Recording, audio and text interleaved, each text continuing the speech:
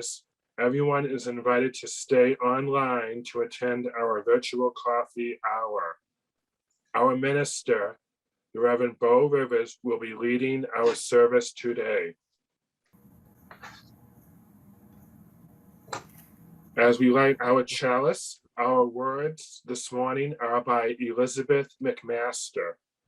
We light our flaming chalice to illuminate the world we seek. In the search for truth, may we be just. In the search for justice, may we be loving.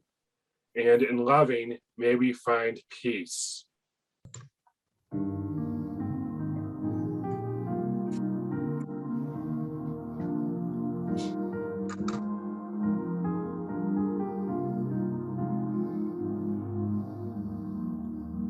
May we be open to this light and the rich possibilities that it brings us.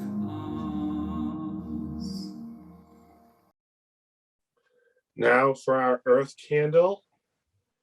We light this green candle to affirm our commitment to caring for the planet that is our home. Please join me in reading our covenant as the words appear on your screen. We covenant to create a caring, affirming, and inclusive community that invites us to become our best selves.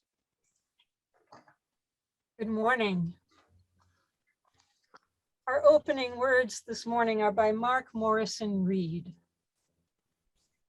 The central task of the religious community is to unveil the bonds that bind each to all. There is a connectedness, a relationship discovered amid the particulars of our own lives and the lives of others that once felt inspires us to act for justice. It is the church that assures us we are not struggling for justice on our own, but as members of a larger community. The religious community is essential for alone our vision is too narrow to see all that must be seen, and our strength too limited to do all that must be done. Together, our vision widens and our strength is renewed. May it be so. Our opening hymn today is number 188. Come, come, whoever you are.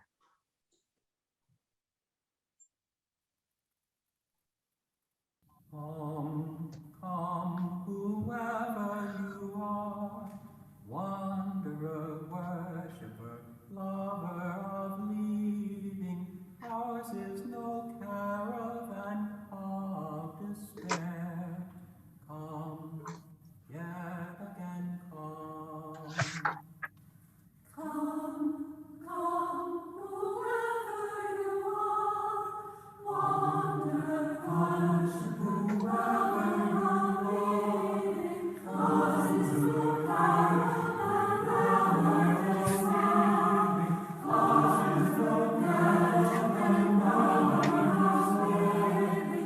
cause is no caravan, our waiting, cause is no caravan, our descending, cause is no caravan, our waiting, cause is no caravan, our descending, cause is no caravan, our waiting, cause is no caravan, our descending, cause is no caravan, our waiting, cause is no caravan, our descending, cause is no caravan, our waiting, cause is no caravan, our descending, cause is no caravan, our descending. Come, yet again come. Each week, we take time to share our important joys and concerns, so all of us might help carry the burden and join in the celebration. If you wish to acknowledge a sorrow or joy from your heart, I invite you to raise your hand and unmute your mic when we call you by name, or you may simply enter it in the chat and someone will read it for you. While you are sharing, I will gently drop a colorful gem into this vase, which represents the embrace of our communal life.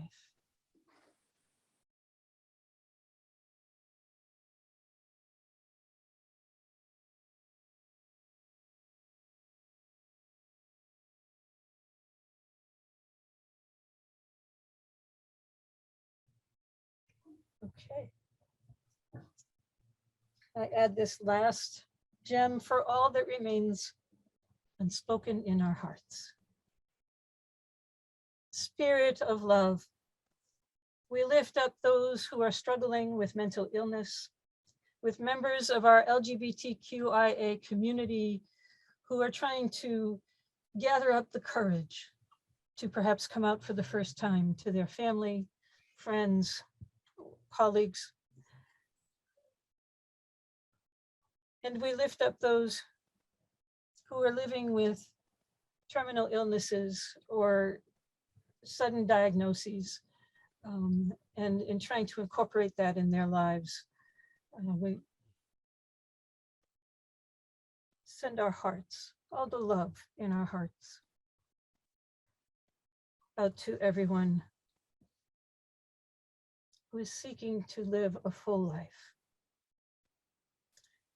Spirit of life, we give thanks for the recognition of Indigenous Peoples Day here in Boston, Massachusetts, for mother and child road trips that lead to new life, for loved ones who are coming home after a long illness, and for the wholeness and fullness of life that comes with being our true selves.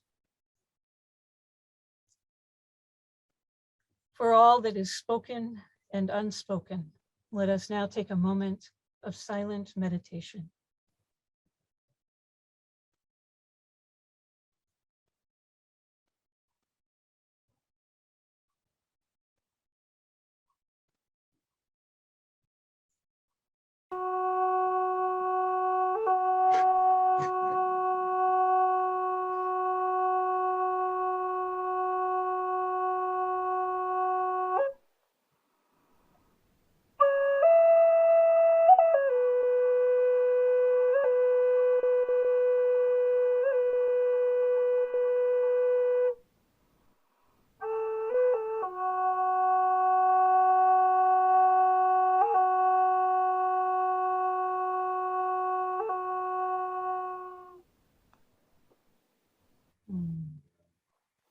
Thank you, Dawn. Our reading this morning is by Roxanne Dunbar Ortiz, author of An Indigenous History of the United States. She writes, "The history of the United States is a history of settler colonialism, the founding of a state based on the ideology of white supremacy, the widespread practice of slavery, and a policy of genocide and land theft. The trauma of Indigenous peoples cannot be understood without dealing with the genocide the United States committed against Indigenous peoples. From the colonial period through the founding of the United States and continuing even today in the 21st century, this has entailed torture, terror, sexual abuse, massacres, systematic military occupations, mass removals of Indigenous peoples from their ancestral territories, removals of Indigenous children to military-like boarding schools, and the non-consensual reproductive sterilization of Indigenous women. We ought to be asking ourselves why Columbus Day is designated a federal holiday when the legendary explorer never set foot on any territory ever claimed by the United States. How then can the US come to terms with its past? How can it acknowledge responsibility? The Native historian Jack Forbes has always stressed, while living persons are not responsible for what their ancestors did, they are responsible for the society they live in, which is a product of that past.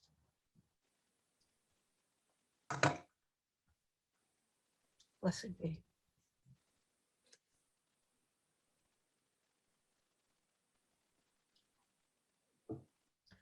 Each week, we have an opportunity to give thanks for the many blessings we have received in our lives and in our church community. Our offering is a chance to give back in support of the work and outreach of our church. At this time, our morning offering will be given and received.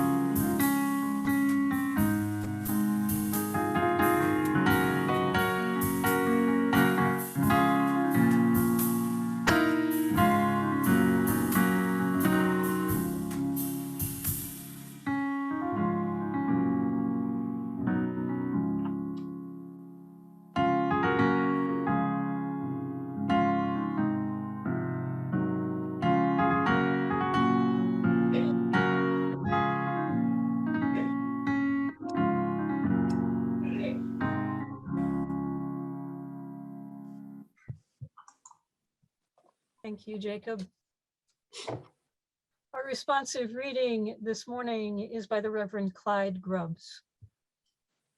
Please join Joe and I as we take turns reading each stanza.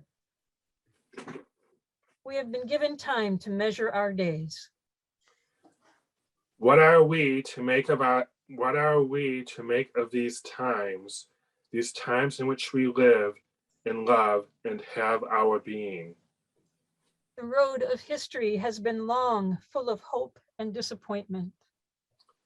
There have been wars and rumor of wars. Violence and exploitation, hunger and homelessness and destruction. We know we cannot continue to live in the old way. We must make a change, to seek a new way, a way leading toward peace and justice for all. Spirit of love, you have given a vision for the good, and we yearn for a new way. But where are we to find the courage to begin to work for this new beginning? We wonder what is required of us. We think of the prophets, women, and men who gave voice to unpopular opinion, who made personal sacrifices, sometimes their lives, for the sake of justice. May we be inspired by the courage of these witnesses. Let them empower us as we work for this vision. May it be so. So one of the ways to restore honor and dignity to those who have suffered from injustice is to say their names aloud and light a candle. And so today we light a candle in recognition of Native Americans, First Nations of Canada, and all Indigenous peoples who live on Turtle Island. If you have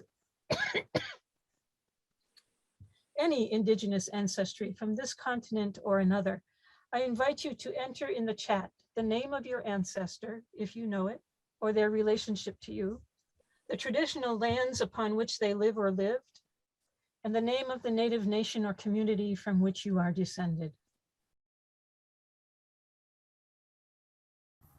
And so we light this candle as we read aloud the names of native nations in that part of the world we call Massachusetts, Maine, and parts of the southeastern United States. The Mohican Nation, the Mashpee Nation,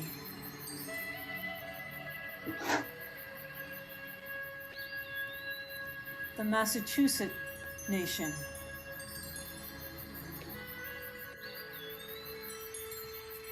the Nauset Nation,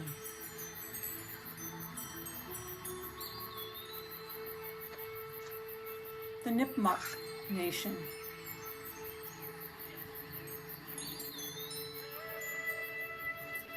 the Pocumtuck Nation,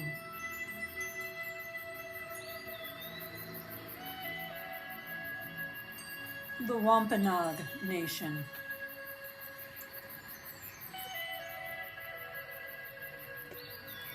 the Abenaki Nation,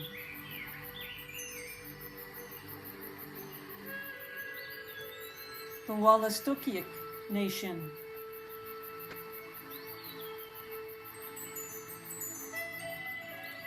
the Passamaquoddy Nation,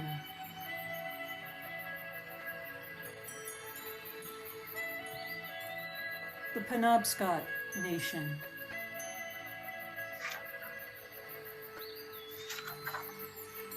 the Pennacook Nation,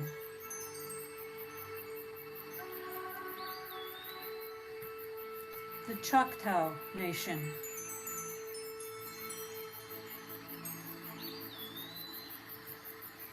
the Seminole Nation,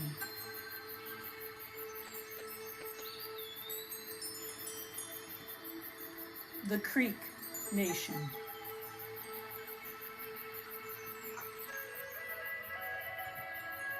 the Chickasaw Nation,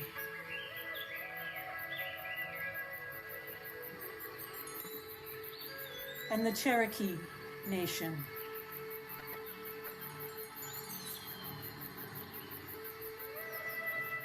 May you and your kin rest in power. May you and your descendants know peace. May we contribute to the creation of a more just world. And may we learn to embrace and care for our beloved Mother Earth, whose beauty and bounty sustains us all. May it be so. Ho.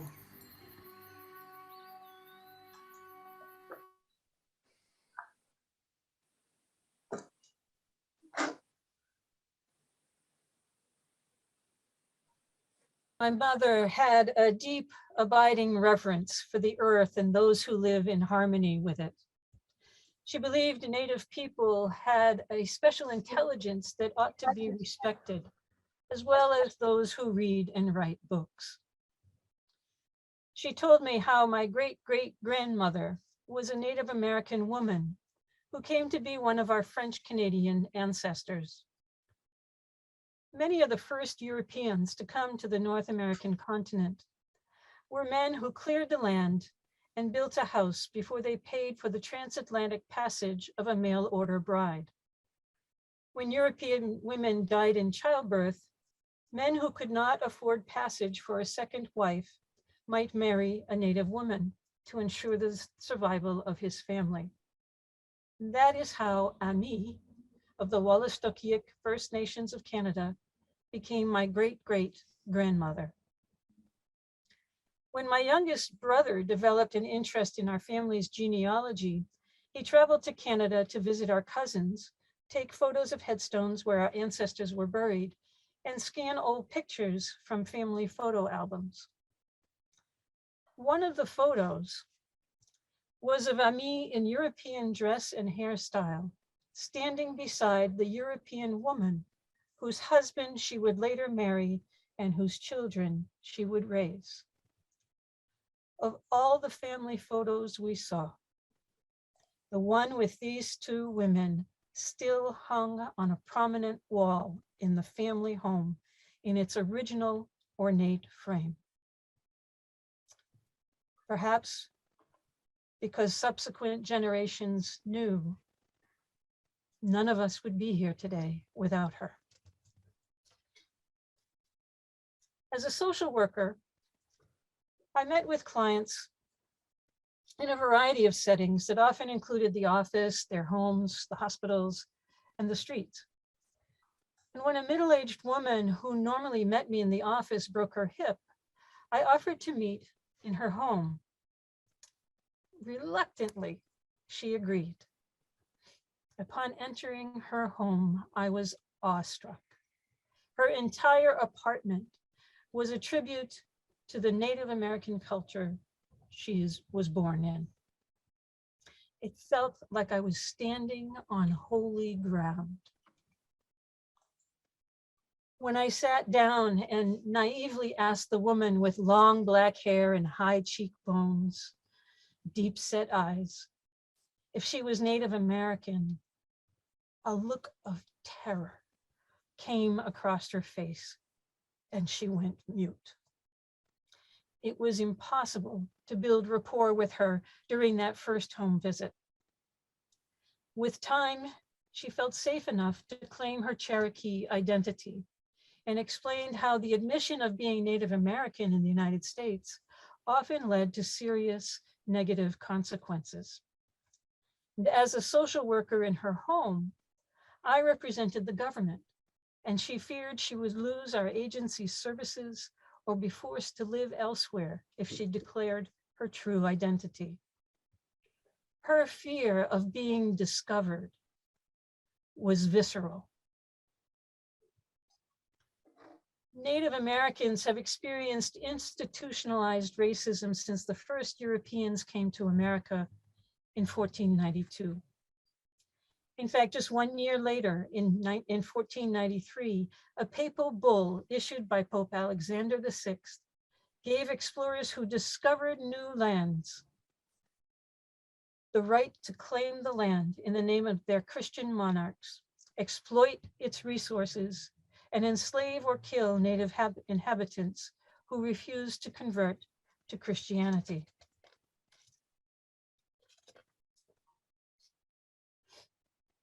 In the early 1800s, Chief Justice John Marshall of the United States Supreme Court cited the doctrine of discovery to legitimize westward expansion in the New World. This growing sense of nationalism eventually gave birth to the notion of manifest destiny, a belief in the moral and institutional superiority of the United States and its mission to redeem the world. In 1807, Marshall's Supreme Court ruling led to the Indian Removal Act that authorized the forcible removal of the Choctaw, Seminole, Creek, Chickasaw, and Cherokee nations from their traditional homelands to live on reservations in Oklahoma. The forced migration of 1,000 miles became known as the Trail of Tears.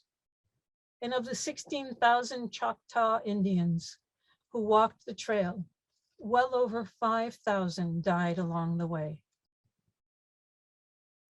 Then in 1887, the Dawes Act instituted the allocation of land to Native people who lived on reservations in exchange for the abolishment of their tribal government and the recognition of US federal laws. Indian children were forcibly removed from their homes and sent to boarding schools to become Americanized. They were forbidden to speak their native language, wear native clothing, use their native names, or practice any native cultural or spiritual rituals. They were given American names, The schools shaved their long hair, burned their clothing, provided military-style uniforms for boys, and tight Victorian-style dresses for the girls. Since many of the schools were run by the Roman Catholic and Episcopal churches, the students were also forced to convert to Christianity. As a result, native spirituality, traditions, and languages were lost to an entire generation who suddenly became misfits in their own native communities and in their newly adopted American culture. Recently, ground-penetrating radar has revealed further injustice in the discovery of mass burial sites and unreported deaths of students at Indian residential schools across Canada and the United States. It's important to note that this is not ancient history. The last residential school closed in 1996. To acknowledge and help heal this travesty in Maine, the Wabanaki Child Welfare Truth and Reconciliation Committee has been formed. Yet the doctrine of discovery continues to govern US Indian law today and was most recently and sadly cited in a land claim against the Oneida Nation by the late Supreme Court Justice Ruth Bader Ginsburg in 2005. Prior to European contact, the North American Indian population was estimated at 50 to 100 million people. By 1900, only 250,000 remained. Indian land ownership declined from 138 million acres to 48 million acres. And from 1973 to 1976, that was the year I graduated from high school, one in four Native American women were sterilized without consent. The United Nations definition of genocide is actions committed with the intent to destroy in whole or in part a national, ethnic, racial, religious, political, or economic group. These actions include killing its members, causing serious mental or physical harm, deliberate infliction of conditions that will lead to a group's demise, reproductive sterilization, and the forcible transfer of children to another group. Cultural genocide occurs when government officials sanction the removal of or repression of a particular group.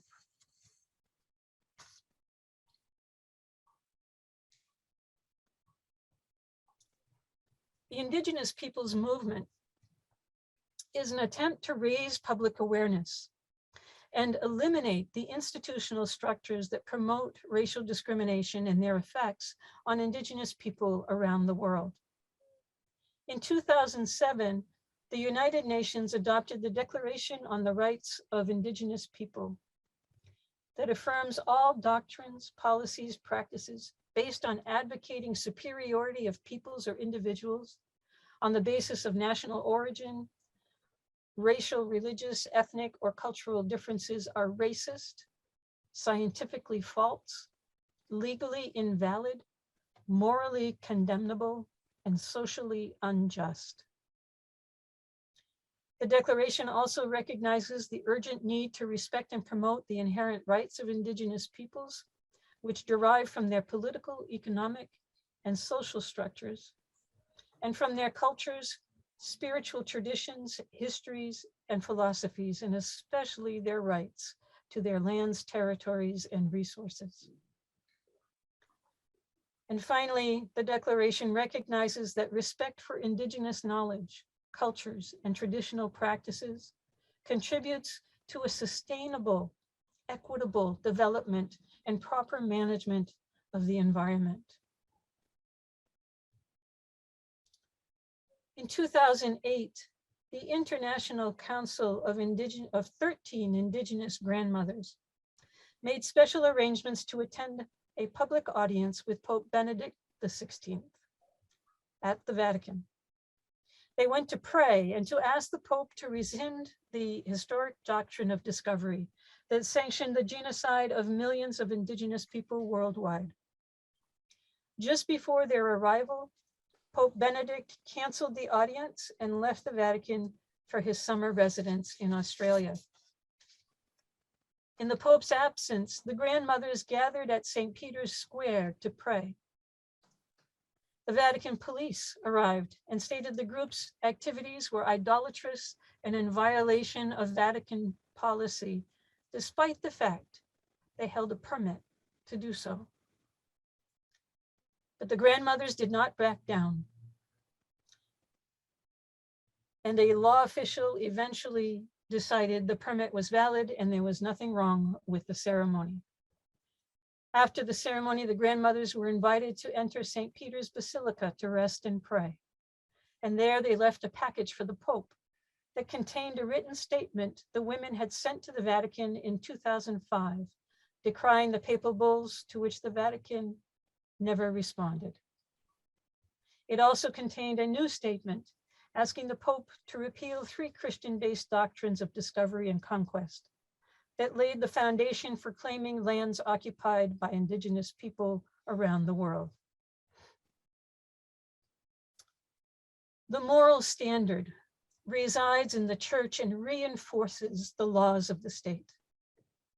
With the election of Pope Francis, many people are now hopeful the papal bulls may be rescinded. In 2015, Pope Francis apologized for the grave sins committed against Native people the Native people of America in the name of God. In 2016, a year later, the Pontifical Council for Justice and Peace met with a global delegation of Indigenous peoples and acknowledged for the first time the need to abolish the papal bulls. Cardinal Tomasi, the chair of the council, started the meeting with the usual spiel that the papal bulls were no longer in effect. They've been superseded by other papal bulls and there was no need for the Vatican to do anything. Indigenous leader Kenneth Deere interrupted the cardinal to request they begin with prayer. Deere then invited everyone seated at the table to introduce themselves before allowing the discussion to continue. Deere says, by the time we were done with him, the cardinal had changed his position and concluded by saying, maybe the Vatican does have to consider making a statement, not just to rescind, but abolish the papal bulls. Tomasi also indicated the Pope was interested in, was open to future meetings with Indigenous peoples to discuss the kind of statement the Pope might make, and wanted to learn how the doctrine of discovery continues to be used in the United States. Then in 2019, the Pope participated in an Indigenous Peoples Forum in Rome with 38 delegates from 31 Indigenous communities. This December, the Pope will travel to Canada to meet with Indigenous elders, youth, leaders, and survivors of the residential schools, along with the bishops of Canada, in an effort to cultivate peace and harmony between Indigenous peoples and the Catholic Church of Canada. So there is hope yet with Pope Francis. As Unitarian Universalists, we are called by our first principle to honor the inherent worth and dignity of every person. At our General Assembly in 1993, a resolution was passed to learn from the Indigenous peoples about the richness of their cultures and support them in their struggles for social justice and religious freedom. The UUA passed a second resolution in 2007 to acknowledge our complicity with the cultural oppression of Native peoples, past and present, and to work toward the goals of acknowledgement, apology, repair, and reconciliation. A third resolution was passed by the UUA in 2007. Passed in 2012 to reject the doctrine of discovery and resolve to eliminate its presence from any Unitarian Universalist policies, programs, theologies, and structures. These are all steps in the right direction within our denomination. And other steps have been taken as a nation. In 2007, the United Nations adopted the Declaration of Rights on the Rights of Indigenous People. And the United States was one of 4 countries that did not support the declaration. New Zealand, Australia, Canada were the other 3.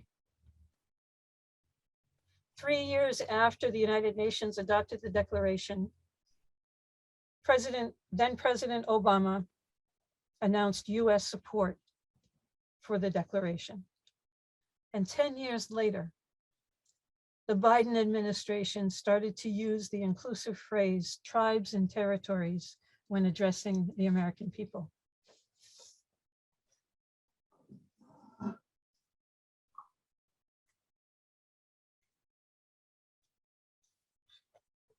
And I'm not seeing it in here, but, oh, it's coming back, okay.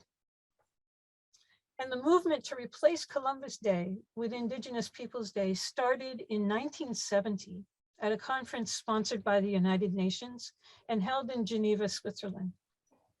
Rather than celebrate colonial exploitation, the holiday would provide an opportunity to reveal historical truths about the genocide and oppression of Indigenous people in America and organize against current injustices.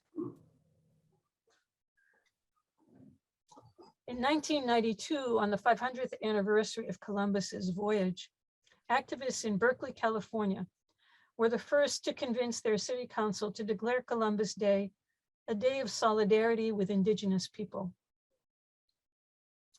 Since then, the District of Columbia, 14 states, over 130 cities across the nation, and 20 cities in Massachusetts now celebrate Indigenous Peoples Day.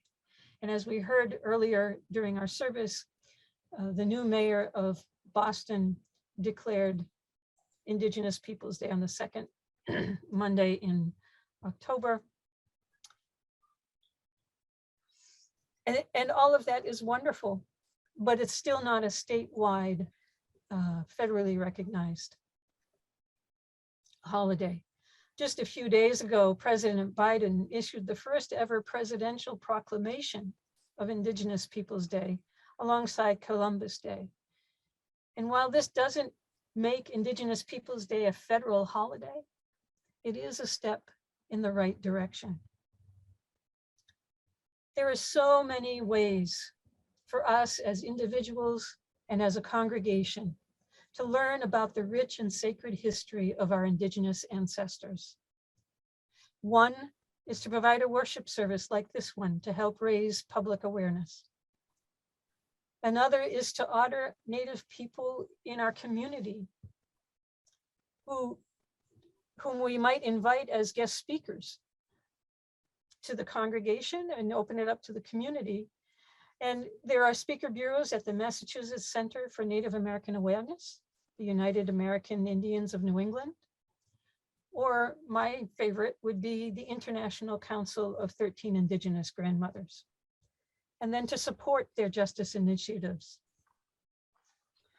Another way to honor Indigenous people is to conduct research to learn about the pre- and post-colonial history of the land upon which our church is built, and incorporate a land acknowledgement in our Sunday services.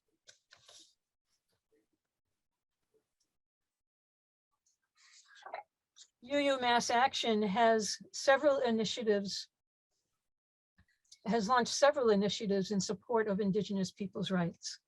And George Goss recently attended one of their events on educating Indigenous children and how we might support that.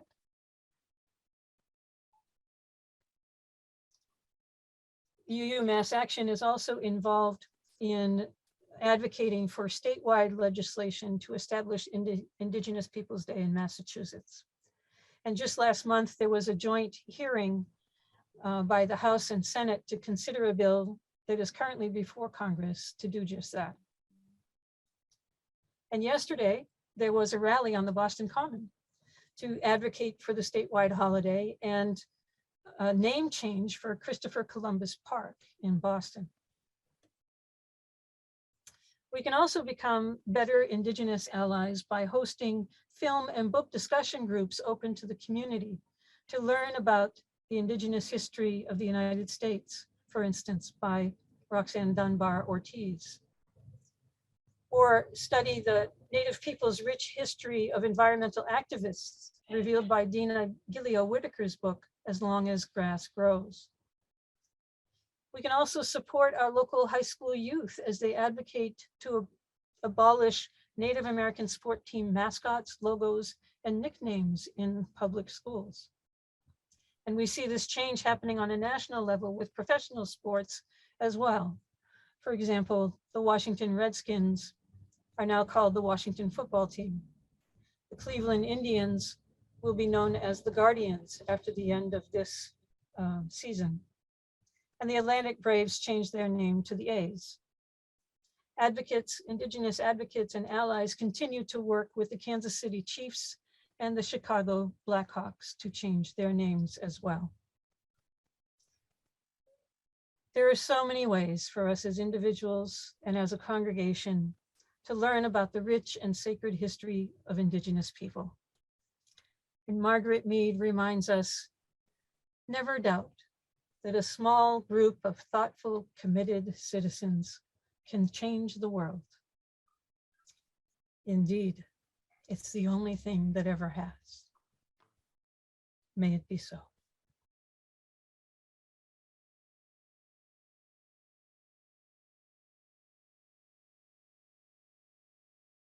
I invite us now to join in singing hymn number 121, We'll Build the Land.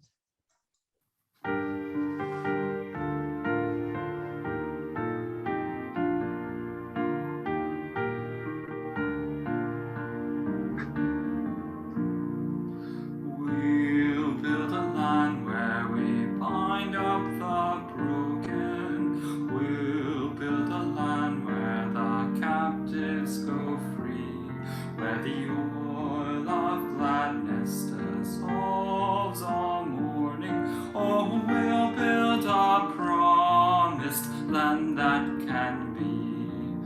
Come, build a land where sisters and brothers, anointed by God, may then create peace, where justice shall roll down like waters, and peace like an ever-flowing stream. We'll build a land where we bring the good tidings to all the afflicted and all those who mourn, and we'll give them garlands instead of ashes. Oh, we'll build a land where peace is born. Come, build a land where sisters and brothers, anointed by God, may then create peace, where justice shall roll down like waters, and peace like an ever-flowing stream. We'll be a land building up ancient cities, raising up devastations from old, restoring ruins of generations.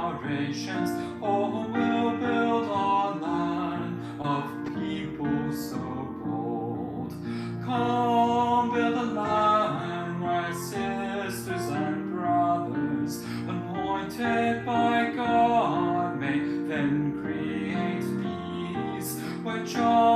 shall roll down like waters, and peace like an ever-flowing stream. Come, build a land where the mantles of praises resound from spirits once faint and once weak, where like oaks of righteousness stand her people. Oh, come, build the land, my people we seek. Come, build a land, my sisters and brothers, anointed by God, may them create peace, where justice shall roll down like waters, and peace like an ever-flowing stream. Our closing words are by Jean M. Rickard Rowe. We have a calling in this world. We are called to honor diversity, to respect differences with dignity, and to challenge those who would forbid it. We are a people of a wide path. Let us be wide in affection and go our way in peace. And as we extinguish the flame of this chalice, may each of us carry its light into every day of our lives. Blessed be. We'd like to give special thanks to our participants in this morning's service. For our Zoom host, Kellie Kinsman, for our online usher, Ross Edwards, for our music director, Jacob Clapper, and for our minister, Reverend Beau Rivers.